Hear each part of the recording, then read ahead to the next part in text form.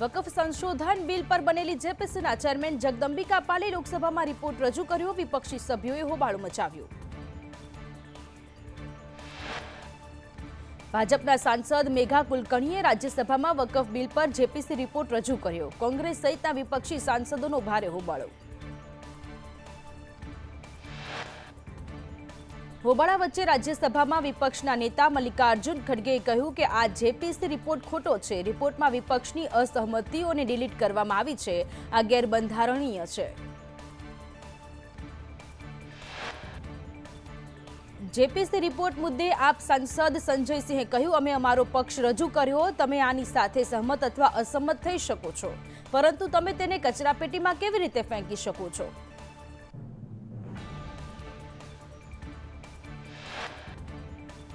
રાજ્યસભામાં ખડગેએ ઉઠાવેલા સવાલો પર લોકસભામાં ગૃહમંત્રી અમિત શાહે જવાબ આપ્યો. કહ્યું, વિપક્ષના સભ્યો કહી રહ્યા છે કે અમારા મતને જેપીસીના રિપોર્ટમાં હટાવાયા છે. હું મારી પાર્ટી વતી કહું છું કે તમારે જે જોડવું હોય તે જોડી દો. કેન્દ્રીય નાણામંત્રી નિર્મલા સીતારમણે નવું ઇન્કમટેક્સ બિલ લોકસભામાં રજૂ કર્યું. આગામી દિવસોમાં ઇન્કમટેક્સ બિલ પર થશે ચર્ચા.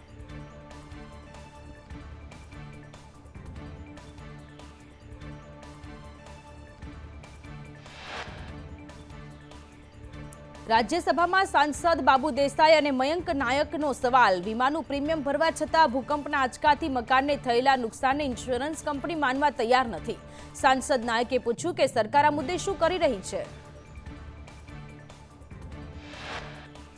પૃથ્વી વિજ્ઞાન રાજ્યમંત્રી જીતેન્દ્રસિંહે કહ્યું કે મકાનોમાં તિરાડ કે નુકસાન મુદ્દે વળતરની જોગવાઈ છે. કોઈ વિશેષ કેસ હોય તો સરકારને ધ્યાને લાવવો જોઈએ. ભૂકંપની અગાઉથી જાણકારી આપવી સંભવ નથી. ભાજપના પ્રવક્તા ગૌરવ ભાટિયાના કોંગ્રેસના સાંસદ ગૌરવ ગોગોઈ પર ગંભીર આરોપ. કહ્યું, ગોગોઈના પત્ની એલિઝાબેથ કોલબર્નના પાકિસ્તાનની ગુપ્તચર એજન્સી આઈએસઆઈ સાથે સંબંધો છે. ગૌરવ ભાટિયાએ કહ્યું, એલિઝાબેથ કોલબર્ન પાકિસ્તાન પ્લાનિંગ કમિશનના સલાહકાર અલી તૌકીર શેખ સાથે કામ કરતા હતા. તો આસામના સીએમ હિમંત બિસ્વા શર્માએ સરકાર પાસેથી તપાસની માંગ કરી છે. આપના રાષ્ટ્રીય સંયોજક અરવિંદ કેજરીવાલને મળ્યા પછી શિવસેના નેતા આદિત્ય ઠાકરેએ કહ્યું, શિવસેના યુબીટી તેમને કહેવા માટે અહીં આવી હતી કે સરકારો આવે છે અને જાય છે, પરંતુ અમારા સંબંધો રહેશે. સુપ્રીમ કોર્ટે બોમ્બે હાઈકોર્ટને આકરી ફટકાર લગાવી. છૂટાછેડાના કેસમાં હાઈકોર્ટે મહિલા માટે અનૈતિક પત્ની અને વફાદાર માલકીન જેવા શબ્દોનો ઉપયોગ કરવા બદલ સર્વોચ્ચ ન્યાયાલયે ફટકાર લગાવી. સુપ્રીમ કોર્ટની 3 જજની બેન્ચે જણાવ્યું કે આવા શબ્દો મહિલા વિરોધી છે અને તેનો ઉપયોગ મહિલાઓના મૂળભૂત અધિકારોનું ઉલ્લંઘન છે. રાષ્ટ્રીય સ્વયંસેવક સંઘના દિલ્હી કાર્યાલય કેશવ કુંજનું નવું બિલ્ડિંગ તૈયાર. આધુનિક અને જૂનો દેખાવ આપી બનાવેલી નવી ઓફિસ 3.75 એકરમાં ફેલાયેલી છે. રૂપિયા 150 કરોડના ખર્ચે બનીને તૈયાર થયું. નવી ઓફિસનું બાંધકામ 2018માં શરૂ થયા બાદ હવે 8 વર્ષ બાદ બનીને તૈયાર. ગુજરાતના આર્કિટેક્ટ અનુપ દવેએ ડિઝાઇન કરી છે. સાધના, પ્રેરણા અને અર્ચના માટે 12 માળના 3 ટાવર છે, જેમાં કુલ 300 રૂમ અને ઓફિસ છે. અદાણી ગ્રીન એનર્જીએ શ્રીલંકામાં આરી વિન્ડ એનર્જી પ્રોજેક્ટ અને ટ્રાન્સમિશન પ્રોજેક્ટમાં વધુ જોડાણમાંથી ખસી જવાનો નિર્ણય લીધો છે. અદાણી ગ્રુપે કહ્યું, શ્રીલંકાની સરકાર ઈચ્છે તો ભવિષ્યમાં સહયોગ માટે તૈયાર છીએ. પ્રયાગરાજ મહાકુંભને લઈ વારાણસીમાં હૈયે હૈયું દળાય તેવી ભીડ. કાશી વિશ્વનાથના દર્શન માટે લાંબી કતારો લાગી. પ્રયાગરાજ મહાકુંભ પરિસરમાં સેક્ટર 18માં ફરી આગ લાગી. ફાયર વિભાગે તાત્કાલિક આગ પર કાબુ મેળવ્યો.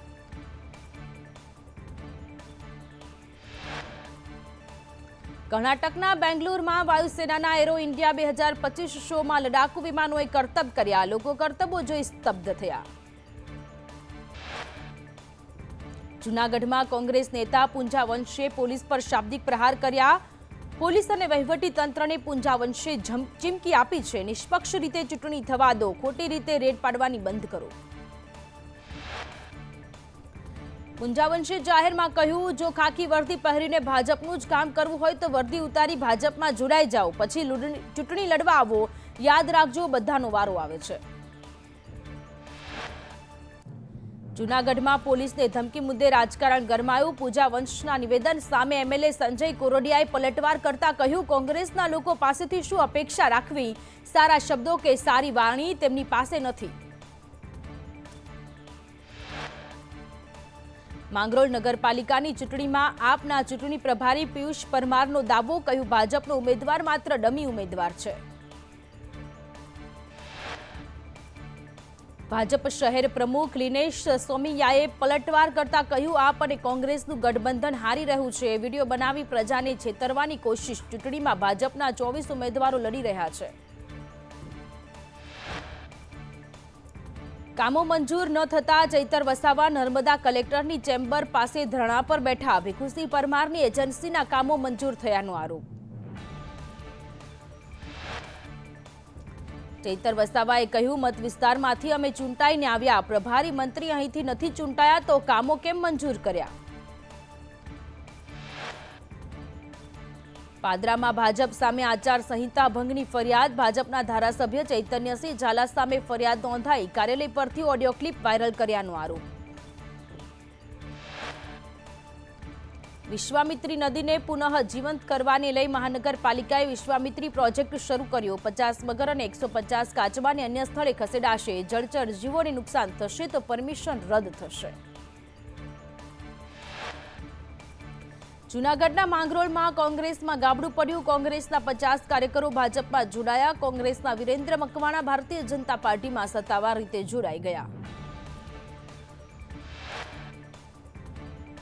ભરૂચના જંબુસરમાં નગરપાલિકા ચૂંટણીને લઈ મનસુખ વસાવાએ બેઠક યોજી. મનસુખ વસાવાએ કહ્યું, કોંગ્રેસ આપ પાર્ટીના પરપોટા ફૂટી જશે.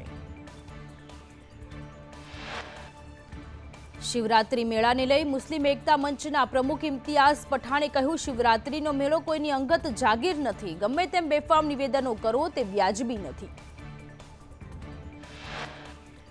મહેશ ગીરીના નિવેદન પર મુસ્લિમ અગ્રણીએ રોષ ઠાલવતા કહ્યું, તમારા નિવેદનથી બે ધર્મ વચ્ચે વર્ગ વિગ્રહ થાય છે. જૂનાગઢમાં એકતા અને ભાઈચારો સલામત રહ્યો છે. ભાઈચારાથી જ હિન્દુ મુસ્લિમના તહેવારો ઉજવાય છે. નર્સિંગ પરીક્ષાના ગોટાળા મુદ્દે ઋષિકેશ પટેલનું નિવેદન સામે આવ્યું. ઋષિકેશ પટેલે આજે અધિકારીઓ સાથે બેઠક કરશે. વિદ્યાર્થીઓના હિતને ધ્યાનમાં રાખીને નિર્ણય લેવાશે. જીટીયુમાં નર્સિંગ સ્ટાફ પરીક્ષા ભરતી મુદ્દે ન્યાયને લઈ યુવરાજસિંહની જીટીયુમાં રજૂઆત. જીટીયુના રજિસ્ટ્રાર કે.એન. ખેરે વિદ્યાર્થીના હિતમાં નિર્ણય લેવાની બાંહેધરી આપી. પરીક્ષા અંગે સરકાર યોગ્ય નિર્ણય કરશે તેવું નિવેદન આપ્યું. રાજકોટમાં સંદેશ ન્યૂઝના ધારદાર અહેવાલની અસર. સૌરાષ્ટ્ર યુનિવર્સિટીના કુલપતિની અકડ દૂર થઈ. કુલપતિની ગાડી પરથી સાયરન દૂર કરવામાં આવ્યું. આરટીઓએ પણ ગેરકાયદે અને નિયમ વિરુદ્ધ ગણાવ્યું હતું. રાજપૂત સંસ્થાઓની સંકલન સમિતિએ ક્ષત્રિય આંદોલન સમયના કેસ પરત ખેંચવા રજૂઆત કરી. પદ્માવત ફિલ્મ અને રૂપાલાના નિવેદન બાદ થયેલા આંદોલનના કેસ પાછા ખેંચવા સીએમ, કાયદાકીય અને ગૃહ રાજ્યમંત્રીને પત્ર લખી રજૂઆત કરાઈ.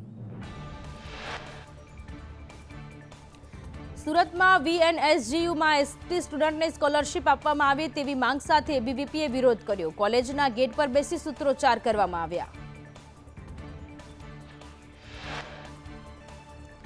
વડોદરામાં એબીવીપી દ્વારા ઉગ્ર આંદોલન. એસસી/એસટીના વિદ્યાર્થીઓને સ્કોલરશીપ ન મળતા વિરોધ નોંધાવવામાં આવ્યો. 29 સરકારી લો કોલેજમાં એડમિશન ન થતા આંદોલન કરવામાં આવ્યું.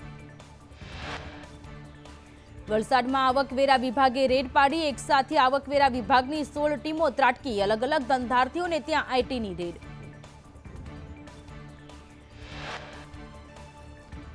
પાટીદારોમાં દારૂના વધતા વ્યસન મુદ્દે મહિલા પોલીસ કર્મચારીના નિવેદન મુદ્દે પાટીદાર અગ્રણી જયરામ પટેલની પ્રતિક્રિયા. કહ્યું, મહિલા પોલીસ કર્મીએ આપેલ મેસેજમાં અતિશયોક્તિ છે. દરેક સમાજમાં વ્યસન વધ્યું છે.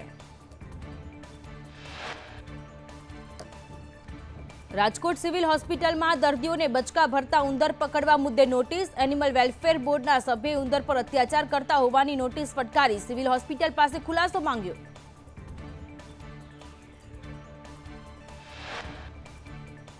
સિવિલ હોસ્પિટલને ઉંદર પકડવા મામલે મળેલી નોટિસથી અધિકારીઓ ચોંકી ઉઠ્યા. જીવદયા પ્રેમી રાજેન્દ્ર શાહે ફટકારેલી નોટિસથી એનિમલ વેલફેર બોર્ડના અધ્યક્ષ પણ અજાણ. બનાસકાંઠાના કાંઠ ગામની ડેરીમાં ભ્રષ્ટાચારના આક્ષેપ થતા જિલ્લા રજિસ્ટ્રારની ટીમે તપાસ હાથ ધરી. દૂધના ફેટમાં ગોલમાલ કરતા હોવાનો આક્ષેપ. મંત્રી સહિત ચેરમેન વિરુદ્ધ ભ્રષ્ટાચારના આક્ષેપ. કૃષિ અને સહકાર વિભાગે 5 યોજનાની સહાય જિલ્લા મધ્યસ્થ બેંકમાં જમા કરવાનો નિર્ણય કર્યો. સહકારથી સમૃદ્ધિ પહેલ અંતર્ગત સરકારે નિર્ણય લીધો. અત્યાર સુધી સહાય રાષ્ટ્રીયકૃત બેંકોમાં જ જમા થતી હતી. વરહ કિસાન કલ્પવૃક્ષ ખેડૂત સહાય કેન્દ્ર યોજનાના પ્રોસેસિંગ યુનિટની જિલ્લા બેંકમાં થશે જમા. આ ઉપરાંત કૃષિ મોલ બાંધકામ અને પરિવહન ખર્ચ સહાય યોજનાની સહાય રકમ પણ જિલ્લા બેંકમાં જમા થશે. માયાભાઈ આહિરને હોસ્પિટલમાંથી રજા આપવામાં આવી. કાર્યક્રમમાં તબિયત લથડતા માયાભાઈને દાખલ કરાયા હતા. માયાભાઈએ સમર્થકોનો માન્યો આભાર. ઉનાળાની શરૂઆત પહેલા જ લીંબુના ભાવમાં વધારો. અમદાવાદમાં લીંબુના ભાવ 100 રૂપિયાને પાર. હજુ પણ લીંબુના ભાવ વધવાની સંભાવના. જામનગર જિલ્લામાં ઉનાળા પહેલા જ પાણીની સમસ્યા ઉદ્ભવી છે. જીવાપર ગામમાં 5 દિવસથી પાણી ન મળતા લોકોમાં રોષ. ગ્રામજનોએ તાલુકા વિકાસ અધિકારીને આવેદનપત્ર પાઠવ્યું. ઉનાની વાસોજ ગામની પ્રાથમિક શાળાની છત પરથી પોપડા પડ્યા. પ્રાર્થના કરવા બેસેલા બાળકો પર છતના પોપડા પડ્યા. 10 બાળકો ઇજાગ્રસ્ત. ડીજેના સાઉન્ડથી પોપડા પડ્યાનું શિક્ષકોનું રટણ. નવસારીના ઇટાળવામાં કામદારો દટાયા. ખાળ કૂવાનું કામ કરતી વખતે સર્જાઈ દુર્ઘટના. અચાનક માટી ધસી પડતા 2 શ્રમિકો દટાયા. દાહોદમાં હિટ એન્ડ રનની ઘટનામાં જૈન સાધ્વી અને શ્રાવકનું મોત થયું. કંભોઈ નજીક અકસ્માતની ઘટના બની. અજાણ્યો વાહન ચાલક ટક્કર મારી ફરાર થયો.